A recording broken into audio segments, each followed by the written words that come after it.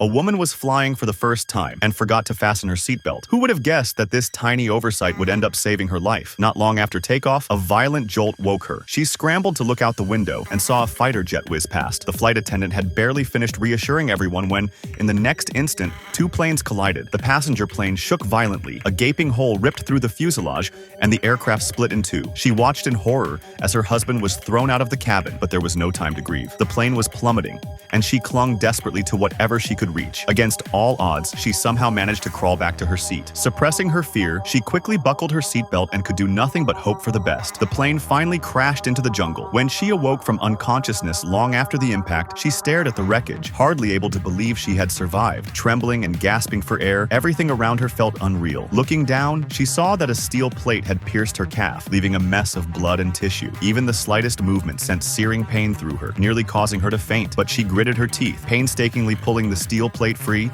then tore a strip from her skirt to bind her leg and stop the bleeding. Despite the intense pain, she forced herself to stand and screamed for help, hoping someone else had survived. There was no response. She made her way to the back of the plane and saw another woman, but she was already dead. Exhausted, she finally collapsed back into a seat and lost consciousness. She had no idea how long she lay there before a mosquito bite woke her. Groggily, she heard the roar of a helicopter overhead and felt a surge of hope. She tore off her silk scarf, staggered out of the fuselage, and ran to a clearing, yelling desperately. But the helicopter didn't seem to notice her. It flew farther away and eventually disappeared into the sky. She didn't give up. She reasoned that if there were helicopters searching the skies, there had to be people looking for wreckage on the ground too. Staying near the crash site seemed her best chance. She grabbed a tree branch to use as a walking stick and slowly made her way back to the plane. But as she passed through the trees, a horrifying sight froze her in place. A tiger was feeding on a body inside the fuselage. Her heart raced and she dared not breathe too loudly. She inched backward, careful not to make a sound. Then she stepped on a branch, which snapped sharply and immediately drew the tiger's attention. It began to approach her. Knowing she couldn't outrun it, she froze in place. Fortunately,